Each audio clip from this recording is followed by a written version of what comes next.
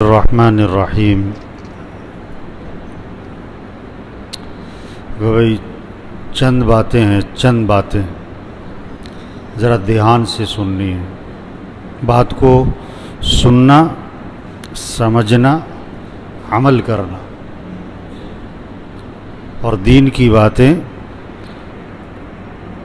سر کے کانوں سے نہیں، دل کے کانوں سے سنی جاتی ہیں۔ دل کے کان کو پہلی بات، شادی خوشی کا موقع ہے، اور شادی کی سب سے اہم مجلس نکاح ہے، اور نکاح میں خطبہ ہے۔ قرآن پاک کی 3 آیات، قرآن پاک کی 3 آیات ہیں،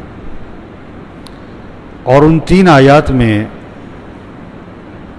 4 مرتبہ حکم آتا ہے اللہ سے ڈرو، اللہ سے۔ موقع کس کا ہے؟ شادی کا، خوشی کا، اور سب سے اہم مجلس نکاح، اور نکاح کی اہم چیز خطبہ، ایجاب قبول سے پہلے خطبہ۔ خطبے میں قرآن پاک کی 3 آیات، کوئی لمبا چوڑا خطبہ نہیں، 3 آیات، اور اس میں 4 مرتبہ حکم آ رہا ہے اللہ سے ڈرو، اللہ سے ڈرو، اللہ سے ڈرو، اللہ سے ڈرو۔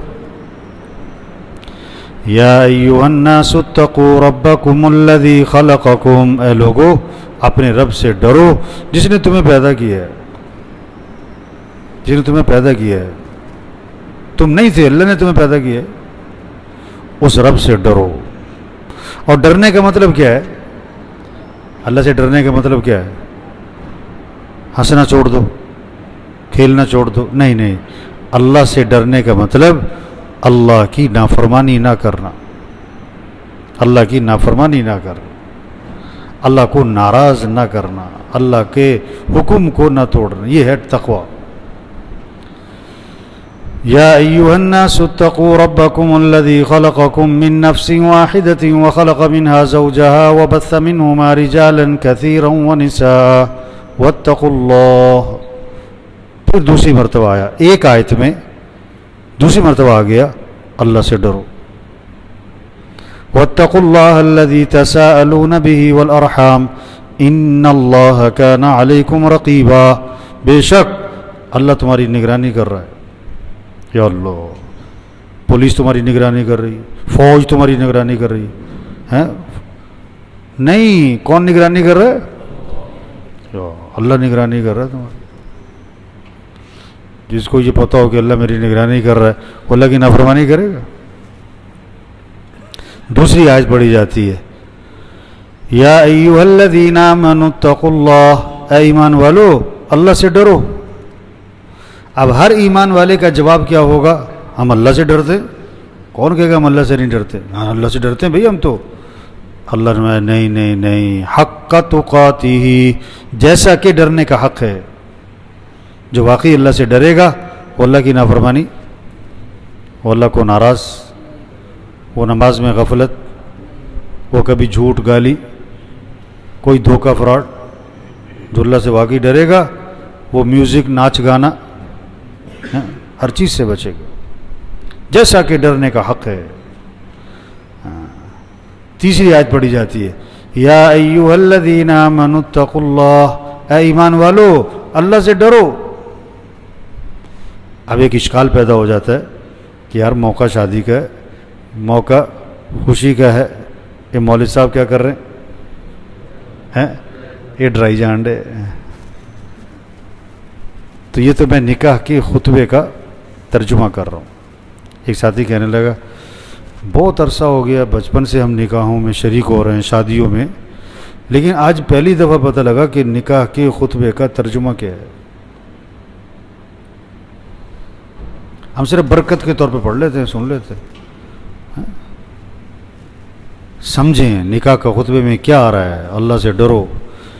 یا ایھا الذین آمنوا اتقوا اللہ وقولوا قولا سدیدا یصلح لکم اعمالکم ویغفر لکم ذنوبکم ومن یطع اللہ ورسولہ فقد فاز فوزا عظیما۔ نکاح کے خطبے میں پیغام دیا ہے کہ دیکھو جو اللہ رسول کی مان کے چلے گا وہ کامیاب ہوگا، جو اللہ رسول کی مان کے نہیں چلے گا نا وہ دنیا میں بھی ناکام آخرت میں بھی ناکام۔ یہ پیغام دیا ہے نکاح کے خطبے میں۔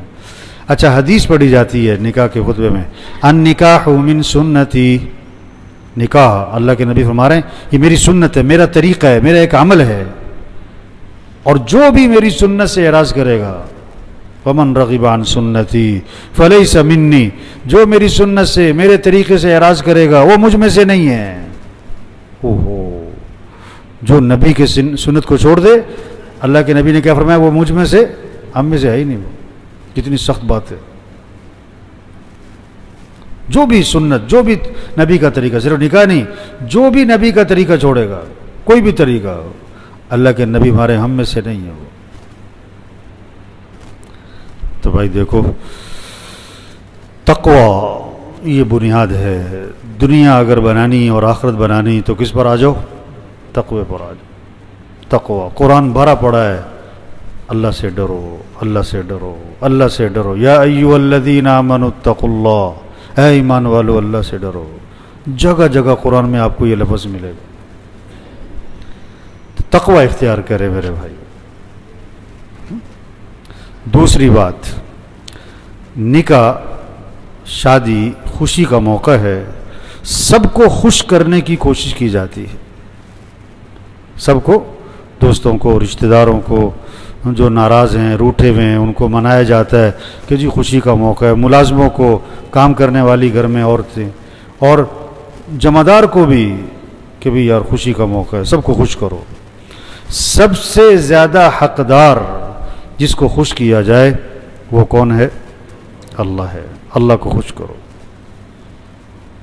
کیوں؟ دیکھو، شادی کے بعد میاں بیوی میں جوڑ کون بٹھائے گا؟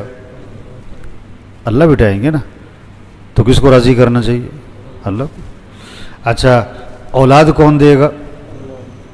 اللہ دے گا۔ تو کس کو خوش کرنا چاہیے؟ پھر اولاد کو تندرست کون بنائے گا؟ تو کس کو خوش کرنا چاہیے؟ پھر اولاد کو فرما بردار کون بنائے گا؟ ٹھیک، موٹی سی بات ہے کہ بھئی معاملہ اللہ کے ساتھ ہے تو اللہ کو خوش کرو۔ یہ ایک عجیب منطق فلسفہ چل رہا ہے لوگوں کے ذہنوں میں کہ شادی کا موقع ہے، مولوی صاحب کرن دیو جو کر دے ہیں، وہ جی شادی کا موقع ان کرن دیو جو کر دے، ایک ہی باری دے۔ نہیں، یہی موقع ہے، اللہ کو راضی کرو، معاملہ اللہ کے ساتھ ہے۔ تو شادی کے موقع پر اللہ رسول کو راضی کریں، اس اللہ رسول کو راضی کرتے ہوئے، دوست ہیں، برادری ہے، سب کچھ ہے، پہلے اللہ اور اس کے رسول ہے۔ اللہ رسول کو راضی کرتے ہوئے کوئی ناراض ہو رہا ہے، ہوتا بھی رہے، ہم اللہ رسول کو ناراض نہیں کر سکتے۔ لوگوں کو راضی کرنے کے لیے اللہ کو ناراض نہیں کر سکتے۔ اس بنیاد پر زندگی گزاریں، تقوی پر آئیں، اللہ رسول کو راضی کرنا اس بنیاد پر آئیں۔ تیسری بات، شادی سادی، شادی کیا بھائی؟ شریعت کا مزاج۔ ان آدم النکاح برکتن ایسرہ معونہ، آپ صلی اللہ علیہ وسلم نے فرمایا برکت والا نکاح، صرف برکت والا نہیں، سب سے زیادہ برکت والا نکاح وہ ہے جس میں کم سے کم مشقت ہو اور کم سے کم خرچ ہو۔ شادی کیا ہو؟ سادی ہو، شادی کو آسان بنائیں، سستا بنائیں، شادی کو آسان بنائیں اور سستا بنائیں۔ شریعت کا مزاج، شادی آسان ہو، سستی ہو، شادی کو مشکل نہ بنائیں۔ شریعت میں شادی میں دو چیزیں ہیں، نکاح اور ولیمہ۔ نکاح اور نکاح کے لیے بہتر یہی ہے مسجد میں ہونا چاہیے۔ حدیث میں آتا ہے نکاح مسجد میں کیا کرو اور اس کا اعلان کرو، حدیث میں آتا ہے نکاح مسجد میں کیا کرو۔ اچھا دیکھو، یہ بات ساتھی گڑبڑ کرتے، اہم چیز کو غیر اہم، غیر اہم کو اہم بنا دیتے۔ شریعت میں اہمیت نکاح کی مجلس کی ہے، رخصتی کی مجلس کی نہیں۔ رخصتی نکاح میں 50 آدمی ہیں، بعض جگہ پر 100 آدمی ہیں، اور رخصتی بارات میں کتنے ہیں؟ 200 500. یہ گڑبڑ بات ہے.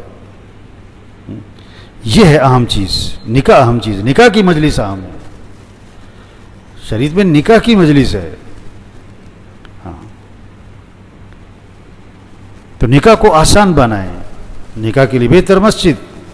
اور دوسری چیز شادی میں کیا ہے؟ ولیمہ ہے. نکاح اور ولیمہ.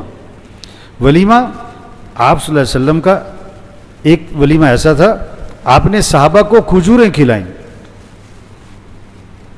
کوئی پلاؤ، کوئی قورمے، کچھ بھی نہیں. کیا؟ کھجوریں کھلائیں صحابہ کو.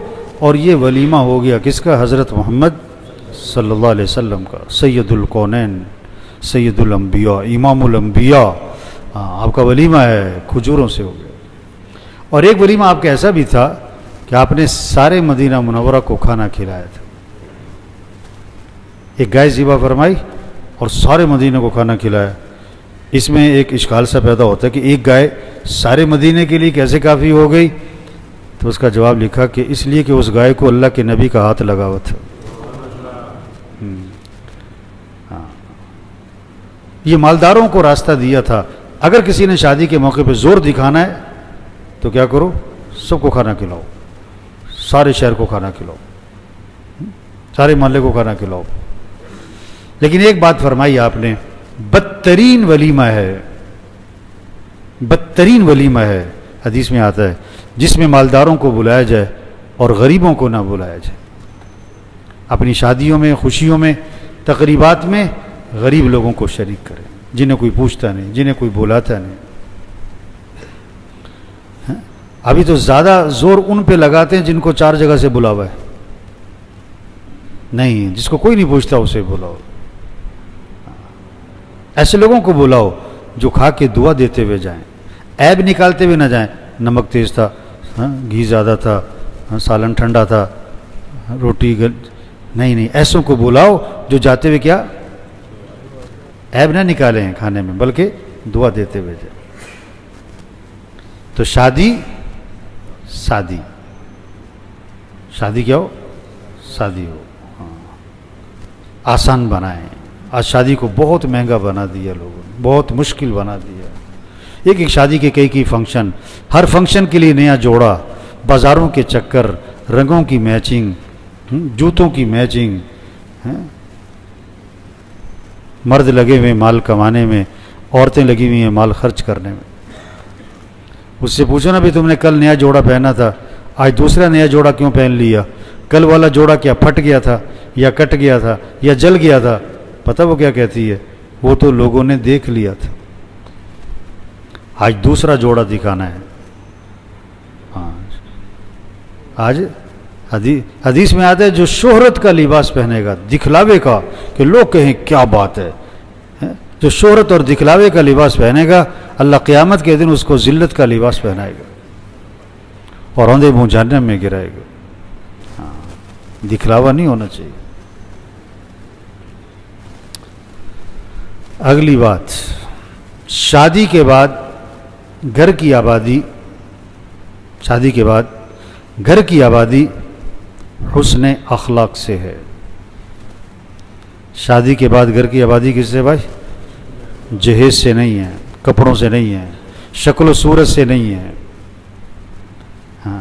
رنگ سے نہیں ہے، کاروبار سے نہیں ہے، بلڈنگوں سے نہیں ہے. اس لیے رشتے کی بنیاد بتائی. رشتے کی بنیاد 4 چیزیں بتائیں آپ صلی اللہ علیہ وسلم نے، اور 3 کی نفی فرمائی. 3 کی. رشتے کی بنیاد مال ہے، پیسے کی بنیاد پہ رشتہ. لڑکے والے بہت مالدار ہیں، لڑکی والے بہت پیسے والے ہیں، تو آپ نے اس کی نفی فرمائی کہ مال کی بنیاد پہ رشتہ نہ کرنا. یہ کوئی بنیاد نہیں ہے رشتے کی کہ پیسے والے ہیں. دوسری بات، خوبصورتی کی بنیاد پہ رشتہ ہوتا ہے، تو آپ نے اس کی بھی نفی فرمائی. خوبصورتی، رنگ اور شکل کی بنیاد پہ رشتہ نہ کرنا، کیونکہ اس سے گھر آباد نہیں ہوا کرتے. تیسرا حسب و نسب، فلاں خاندان ہے، فلاں قبیلہ ہے، اس کی بھی نفی فرمائی کہ اس بنیاد پہ رشتہ نہ کرنا کہ فلاں خاندان ہے۔ چوتھی بات فرمائی فظفر بذات الدین، دین داری کی بنیاد پہ رشتہ کرنا۔ کس بنیاد پہ؟ لڑکی والے دیکھیں لڑکا دیندار ہے، ایمان والا ہے، تقوی والا ہے۔ لڑکے والے دیکھیں لڑکی حیا والی ہے، حیا والی ہے، اعمال والی ہے، صفات والی ہے۔ یہ ہے بنیاد رشتے کی۔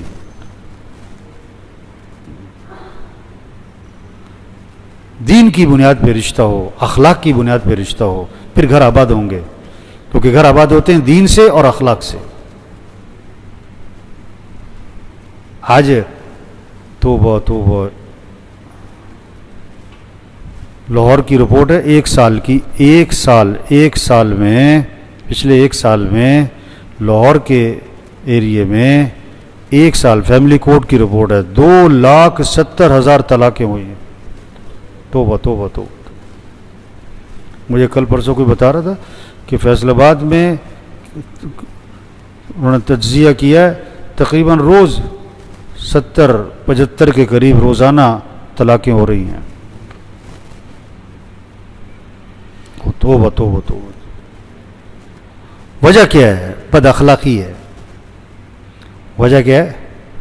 اخلاق بگڑے ہوئے ہیں، غصہ، بغض، غیبت، چغلی، کینہ، حسد، برداشت نہیں، صبر نہیں، درگزر نہیں، معاف کرنا نہیں، تکبر، میں۔ اخلاق اچھے بنائیں، اخلاق اچھے بنائیں، گھر آباد ہو جائیں گے۔ جہیز تھوڑا ہو چاہے، مکان چاہے چھوٹا ہو، کاروبار چاہے چھوٹا ہو، اگر اخلاق اچھے ہیں گھر آباد۔ اگر اخلاق بگڑیں بڑے بڑے گھر ہوں گے، گھر آباد نہیں ہوں گے، بڑی بڑی کوٹھیاں ہوں گی، گھر آباد نہیں ہوں گے، لڑائیاں، جھگڑے، فتنے۔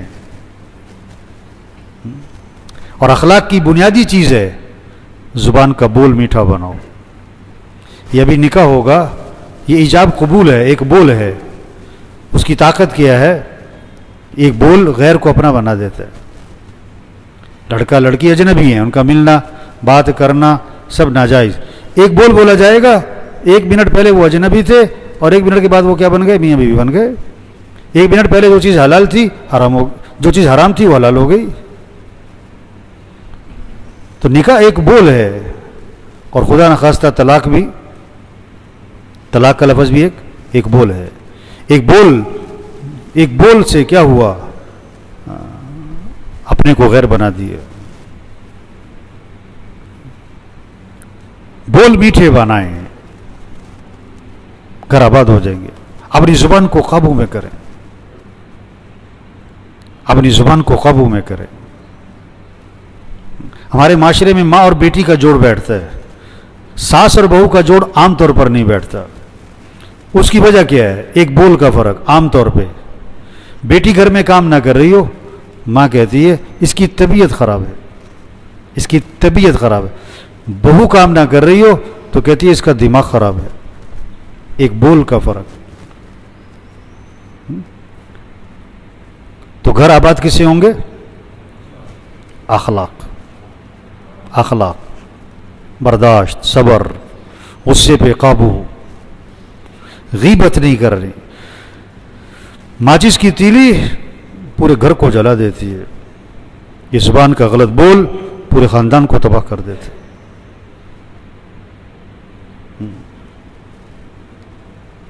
یہ زبان کا بول شہد سے زیادہ میٹھا اور زہر سے زیادہ کڑوا ہو سکتا ہے، ریشم سے زیادہ نرم، تلوار سے زیادہ تیز ہو سکتا ہے۔ یہ محبتیں بھی پھیلاتا ہے بول، نفرتیں بھی پھیلاتا ہے۔ تو اخلاق اچھے بنا ہے۔ اگلی بات، شادی سے پہلے بھی اور خاص طور پر شادی کے بعد اس دعا کا پڑھنا اور مانگنا بہت ضروری ہے۔ اللہ نے قرآن میں سکھائی یہ دعا کہ یہ دعا مانگا کرو۔ کیا؟ ربنا هب لنا من ازواجنا وذریاتنا قرۃ اعین وجعلنا للمتقین اماما، اے ہمارے رب ایسی بیوی اور ایسی اولاد دے جو آنکھوں کی کیا بنے، ٹھنڈک بنے. بیوی کو ایسا خامند، خامند کو ایسی بیوی جو آنکھوں کی ٹھنڈک بنے، ایسی اولاد ہو جو آنکھوں کی. ایک حدیث میں آپ نے فرمایا کہ اللہ میں ایسی بیوی سے پناہ مانگتا ہوں جو بوڑھا ہونے سے پہلے بوڑھا بنا دے، ایسی اولاد سے پناہ مانگتا ہوں جو میرے لیے وبال اور مصیبت کا سبب بن جائے. اس دعا کا مانگنا بہت ضروری ہے. کیا؟ ربنا هب لنا من ازواجنا وذریاتنا قرۃ اعین وجعلنا للمتقین اماما، اے ہمارے رب کیسی عجیب دعا ہے کہ مجھے متقین کا امام بنا ہوں. امام کا مطلب مسجد کا امام نہیں، امام کا مطلب پیشوا. ہر آدمی اپنے گھر کا کیا ہے؟ پیشوا ہے. ہر آدمی اپنے گھر کا امام ہے. تو آپ کا گھرانہ کیا ہو؟ متقی لوگوں کا ہو، اور آپ ان کے کیا ہو؟ امام ہو. متقی لوگوں کا گھرانہ. تو سب ان باتوں پر عمل کریں گے نا انشاءاللہ جی. فائدہ کس کا ہوگا؟ ان باتوں پر عمل کریں گے، فائدہ کس کا ہے؟ اپنا ہے. اور نہیں کریں گے تو نقصان. آخری دو باتیں. سب سے اہم چیز نماز ہے. 5 وقت کی نماز کو پابندی اہتمام سے پڑھیں. آج نماز کے بارے میں بہت غفلت ہے. ایک پڑھتا ہے 4 نہیں پڑھتا، کوئی 4 پڑھتا ہے، 1 نہیں پڑھتا، کوئی جمعہ پڑھتا ہے پورا ہفتہ نہیں نظر آتا ہے. 5 نمازیں ماشاءاللہ اکثر پڑھتے ہوں گے. جس کی غفلت ہے نا آج پکا عزم کرے 5 نمازیں پڑھنے انشاءاللہ. اور کہاں پڑھنی؟ کہاں؟ گڑبڑ نہیں کرنی. مسجد 5 نمازیں. فجر کہاں؟ مسجد. ظہر مسجد. شوق ہو مسجد جا رہے. حدیث میں آتا ہے جس کو مسجد آتا جاتا دیکھو اس کے ایماندار ہونے کی گواہی دے دو. آخری بات، اکثر نوجوان بیٹھے ہیں. آج کا سب سے بڑا ایمان کو بگاڑنے والا آلہ کیا ہے؟ موبائل. اور سب سے زیادہ وقت کو ضائع کرنے والی چیز کیا ہے؟ موبائل. اور سب سے زیادہ لوگوں کا وقت کس پہ لگ رہا ہے؟ صبح اٹھتے ہی موبائل کھولتے ہیں کہ قرآن کھولتے ہیں؟ آج لوگوں کے ہاتھوں میں تسبیح نظر آتی ہے کہ موبائل نظر آتا ہے؟ یہ سب کی جیبیں چیک کرو، 2 موبائل نکل آئیں گے. اور تسبیح جیسے موبائل جیب میں رکھا ہے نا تسبیح بھی رکھو. کیا رکھو؟ کسی کو موبائل تحفے میں دو بڑا خوش ہوتا ہے، اور تسبیح تحفے میں دو کہتے تینوں کیوں ہے؟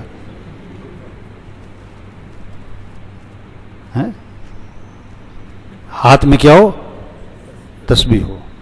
گھر میں تسبیح لے کے جاؤ، تسبیحاں خریدو. جتنے افراد ہیں سب کی تسبیح ہو، سب کے پاس تسبیح ہونی چاہیے. موبائل کا استعمال ضروری ہو گیا ہے، اس کے بغیر گزارا نہیں. لیکن اگر استعمال غلط ہوگا تو نقصان.